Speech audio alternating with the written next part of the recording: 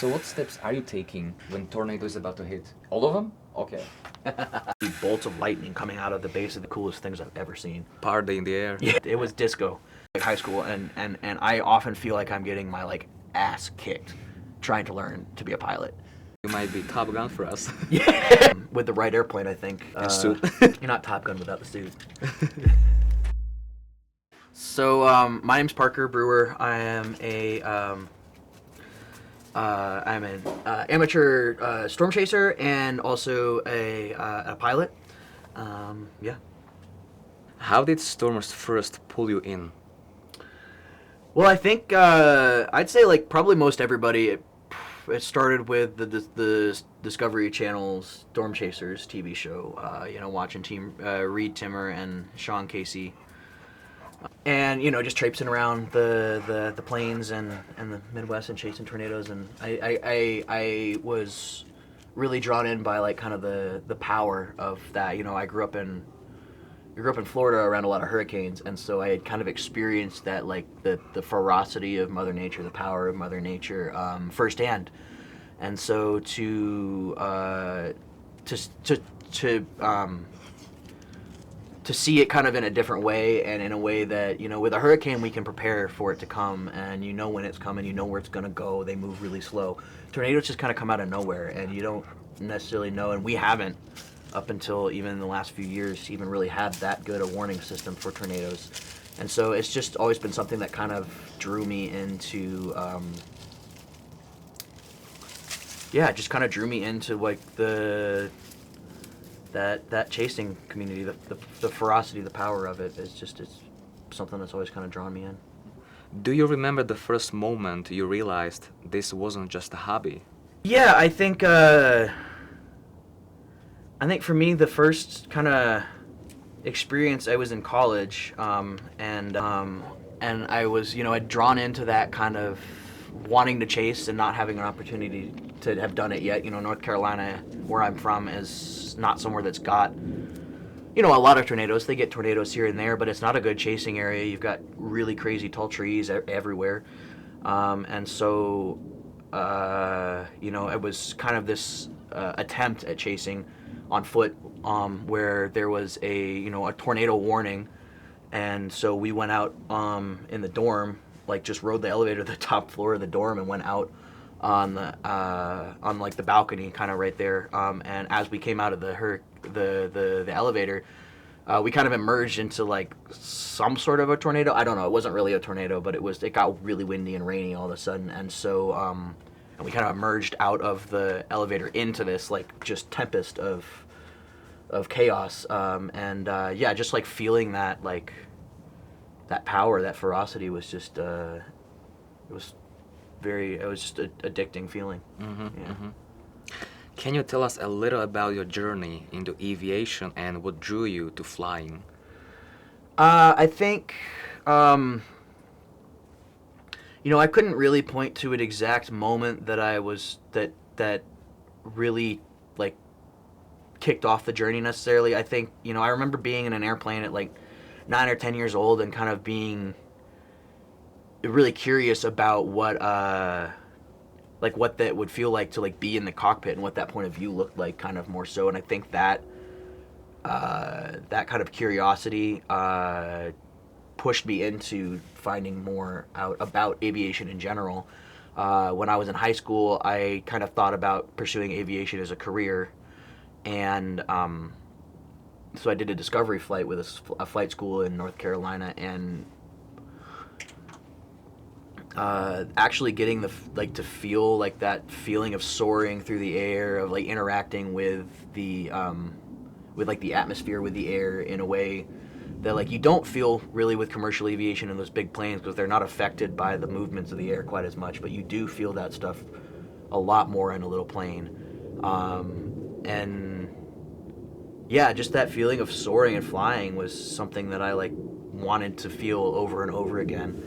And it took me a long time to get to a point where I was able to pursue aviation at all, with some different things. And now that I'm here and am having the opportunity actually to pursue it more seriously as a career option, it's you know, it just is that, you know, it's just there's something in me that wants to go flying like every day if I could. It's just so much fun. Is it addictive? It is. I'd say it is pretty addictive. Yeah, it's a lot of fun. It's very cool. How has your perspective on storms changed since seeing them from the air? You know, one of the really big things that you see more so from the air, and is just the ability, like, yeah, like I said, of the storms to they just change so fast. Like, you see that a lot in aviation. Just the forecasts aren't necessarily always right. The conditions might change quicker. Oftentimes here in Denver, we see weather roll in a lot faster than you expect it to. And so you get this really healthy perspective on just how quickly things change, how much you can really, you know, your day can really change one way or the other on based on what the weather's like. You know, I might be planning on going flying out to, you know, one I've been trying to do lately is try to get to Greeley, because I've got to do that to check off a box for the FAA. And either the weather's bad in Greeley or the weather's bad here, but it's never good in both places. And so you end up, you know, you just get a really a healthy perspective for how much, like, weather changes things, and how much, how much it can really just wreck your day. When you're flying near storm systems, what unique features or patterns do you notice that most people on the ground wouldn't see? I think the big one that you see a lot in the air more so is the Virga. I think that's one thing that you don't notice as much from the ground. Oftentimes I feel like Virga just looks like clouds, kind of more so. And so so you see that a lot more. And in aviation, you know, we're affected so much more by air movements and things like that. So you get to see a lot of, you know, how air movements affect things like Virga, for example, where it might mean that there's a downdraft pushing moisture down towards the ground, which you don't want to fly through a downdraft, because that can, you know, slam your plane into the ground for basically no reason, just because those little planes can't quite climb out of stuff like that. They don't have the power. But it also might mean that, like, you've got some sort of an inversion happening, where the air is just straight up too dry below the clouds for the raindrops to make it all the way down to the ground. They evaporate beforehand. And so, like, I remember one time we were on like final approach into the airport at, you know, 1,000 feet or so above the ground, and we're getting rained on, like, and you can see down below us it's clear, and we're not in a storm, but we are getting rained on. And then by the time we're about 200 feet above the ground, it's not raining anymore. And it's not because we've flown away from the storm, it's because the rain's literally not making it down to our level. And so you see that kind of thing a lot more. So I'd say you also see kind of the striations and, like, the design, like the spiral effect of, like, the mesocyclonic activity a lot more as you see those convective storms. You know, we're not supposed to fly very close to thunderstorms, and when you're in VFR conditions, it's like 20 miles from a thunderstorm. And so you don't get to see things as, like, up close as much. But from far away, you definitely still get to see those giant shapes as they kind of take form. And yeah, in Virga you interact with a lot when there's storms above the ground or above the airport, stuff like that. When we are on the plane and we experience turbulences, what is the usually reason behind? Is the wind shear or jet stream, or in the millibars when you see the jet stream, or is the air masses when they are mixing up together? What do you think is usually causing it?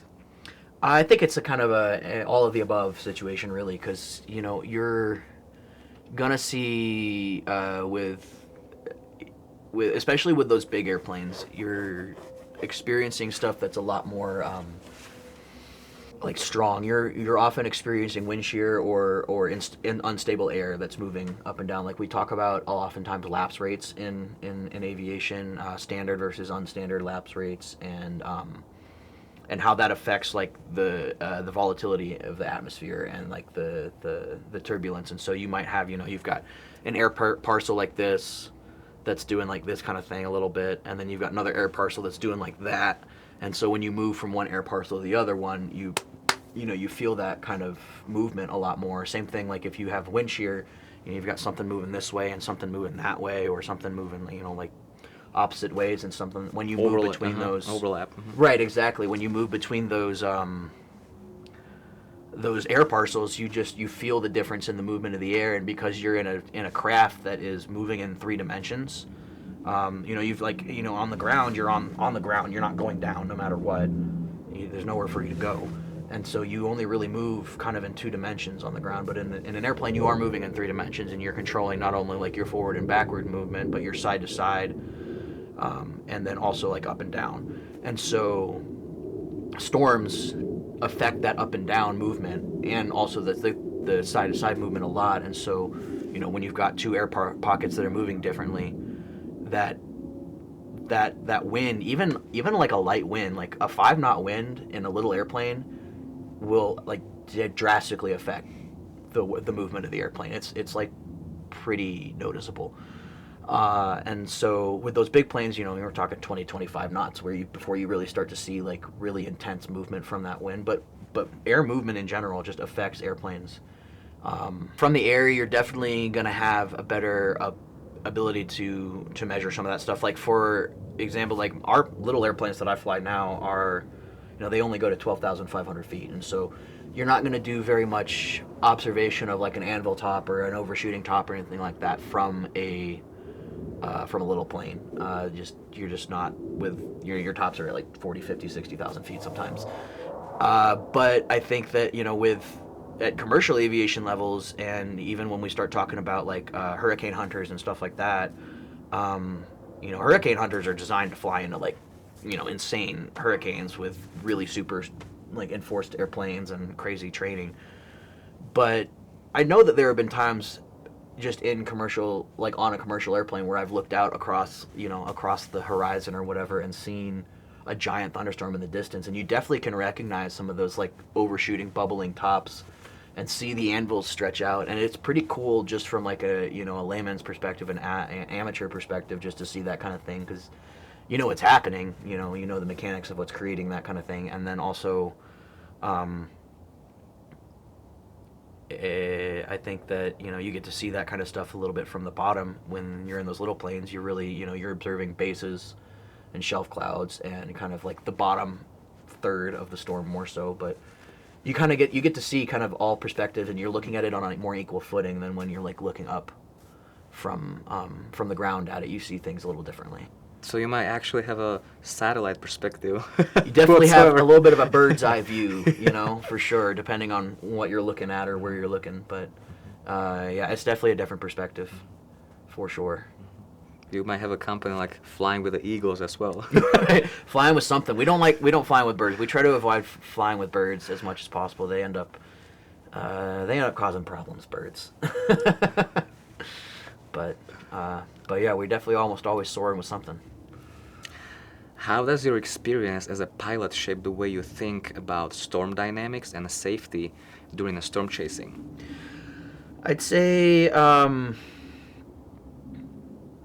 you get a perspective for like the size of what you're dealing with, I think, when you're flying, especially pertaining to storm chasing. I think that, again, it's that kind of observation from the ground. You don't, like, we talk about airplane, weather systems go to 40, 50,000 feet. It's hard to, like, imagine that in your head of, like, how giant a freaking storm system that really is. And so, seeing those things from the air, whether it's in a commercial plane or in a little plane, you get, especially in a commercial plane, because you're flying at 40,000 feet, you are up at the top, you can see the storm.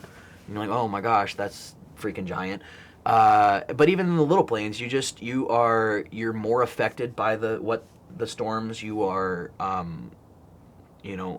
just flying around a thunderstorm, even 20, 30, 40 miles from a thunderstorm, there can be turbulence from breezes. There can be random like bursts of lightning, bolts from the blue. Like, there's always something that's happening from a thunderstorm. And so you get that, like, you get to develop a pretty healthy like appreciation for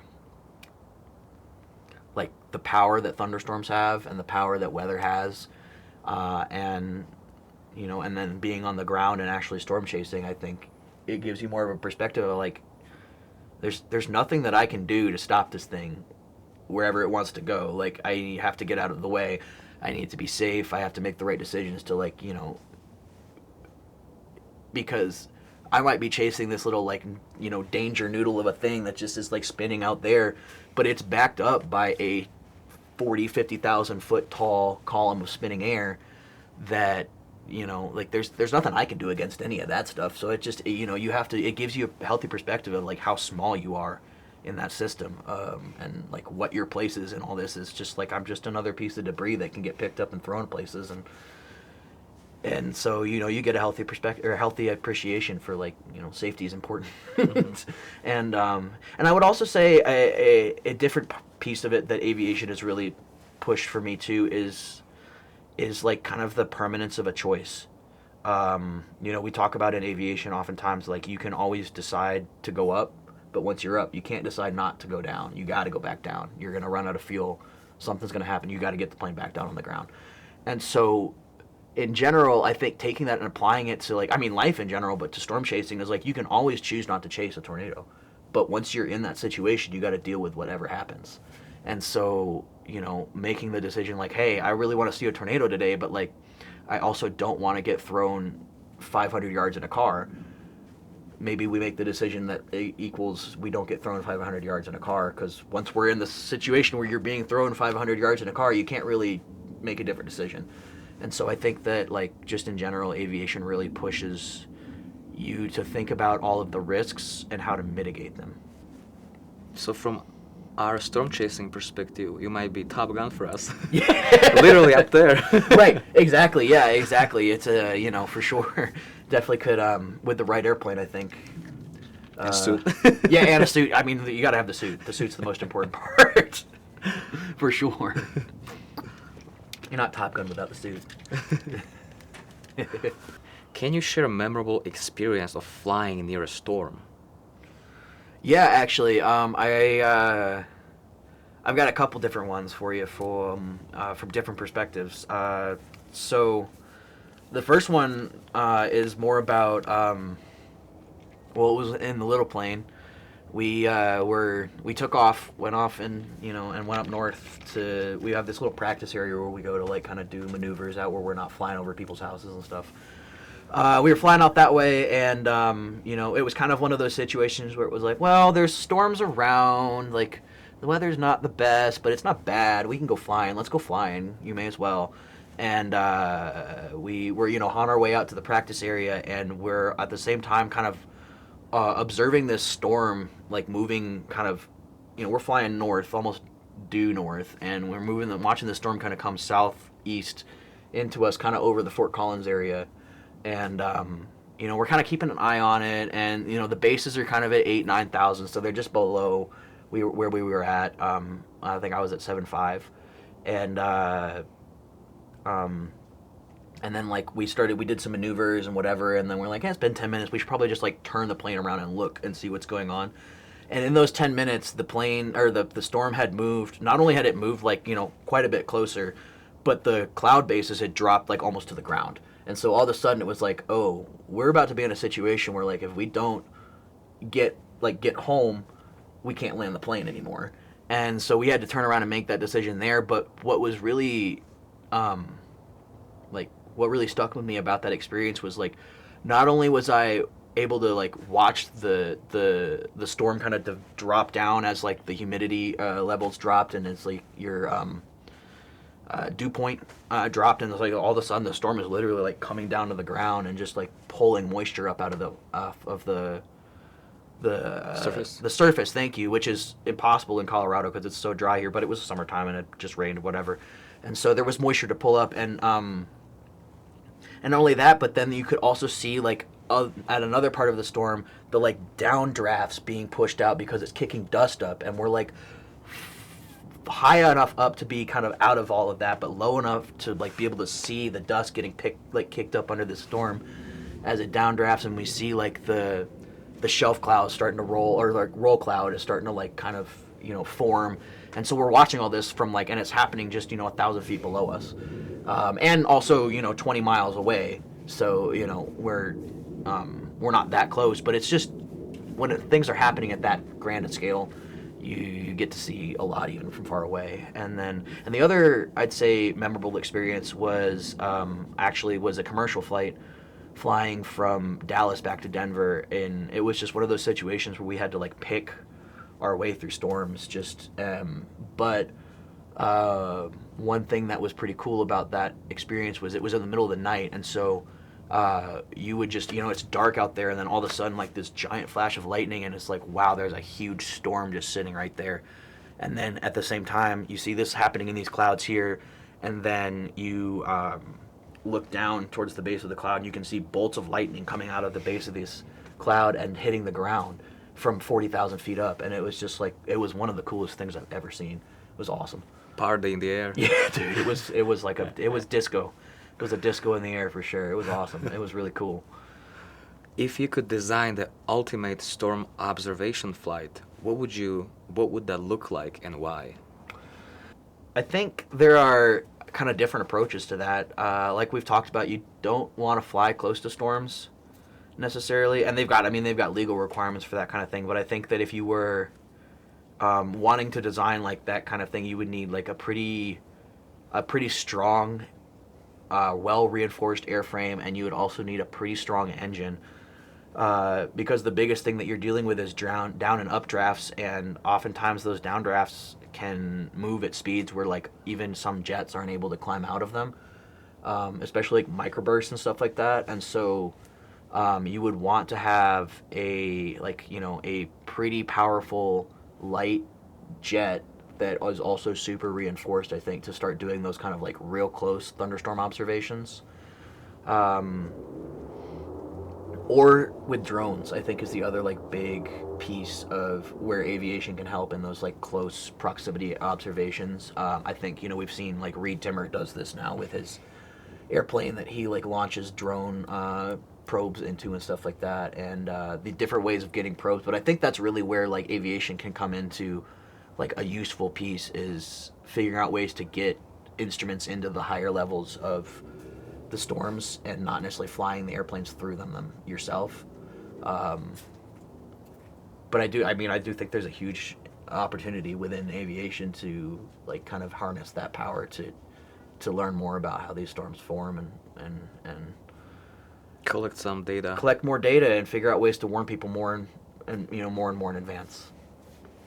How has your perspective on storms changed since seeing them from the air? I'd say, you get this really healthy perspective for like the power of storms and how much they change, how much they change your day and how much they change like the way that you might fly. Like we have, in aviation, we have all these different products that we have to use to like check out what the weather's going to be like before we go flying. And so, it's whether it's, we have something called an ATIS, which is basically just an air traffic controller reading out a METAR, which is a meteorological report, basically, and they release one of those every hour. And so you have to listen to that before you are going to take off or land at any like big airport. And then at smaller airports, we have what's called an AWOS, which is an area or an automatic weather observation system, and that's just a robot voice that like takes an actual observation and reads it out across the radio. And again, you'd have to listen to like that if you're before you take off or land at smaller airports that may not have traffic controllers. But having to get those forecasts and having to learn like to see how not only does weather move in like these small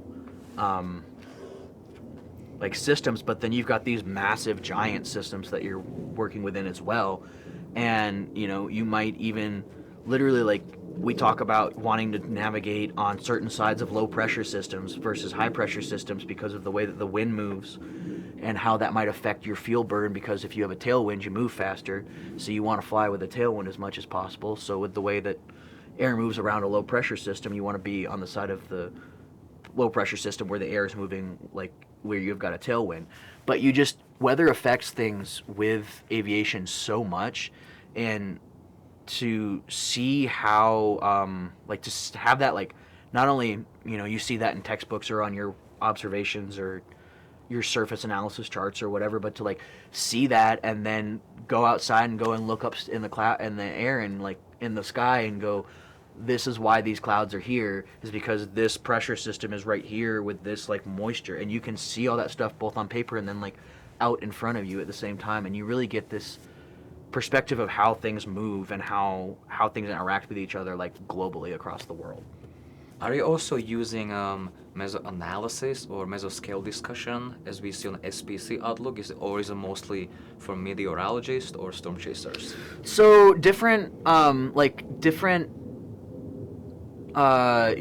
we have something kind of similar to like a mesoscale discussion in aviation. It's just a forecast discussion.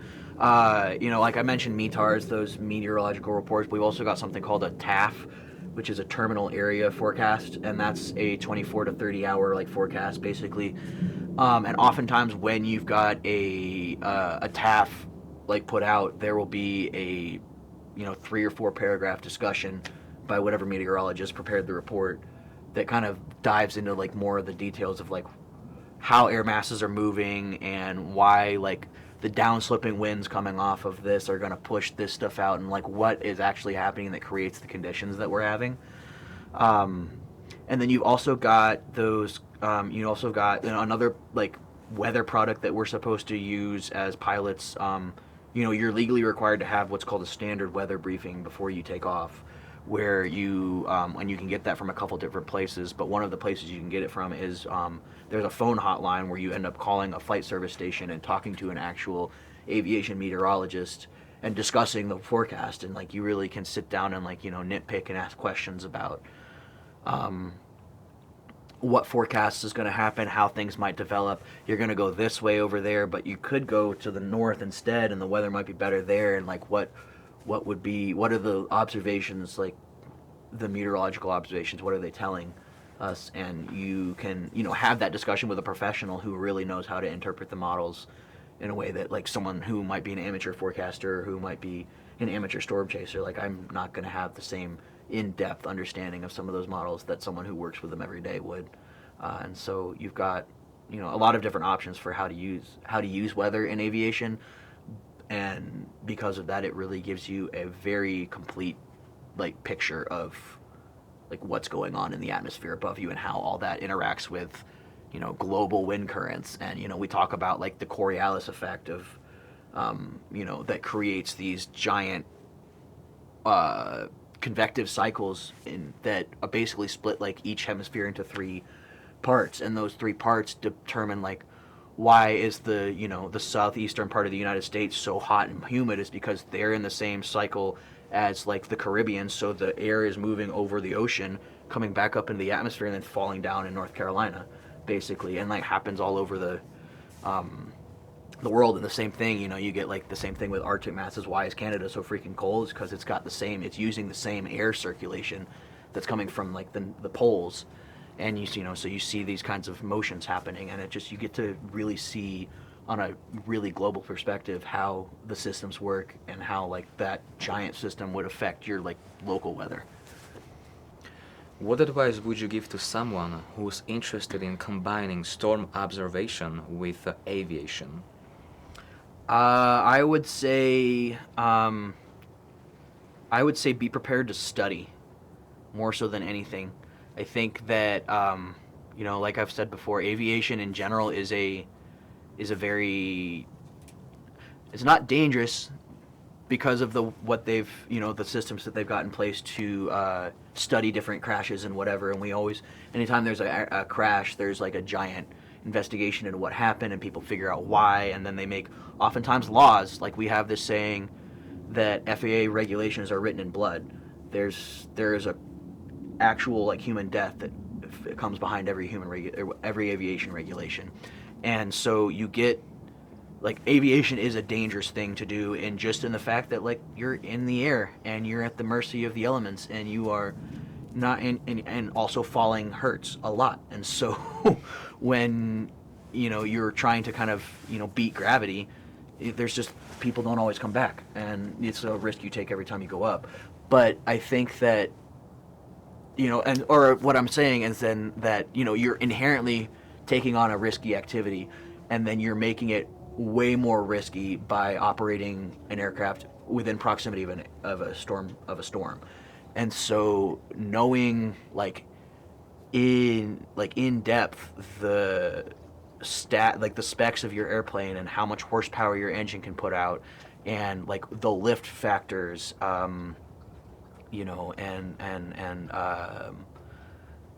really understanding what we have something called a maneuvering speed, basically, where if you're below this speed and you fully deflect one control surface, basically the airplane.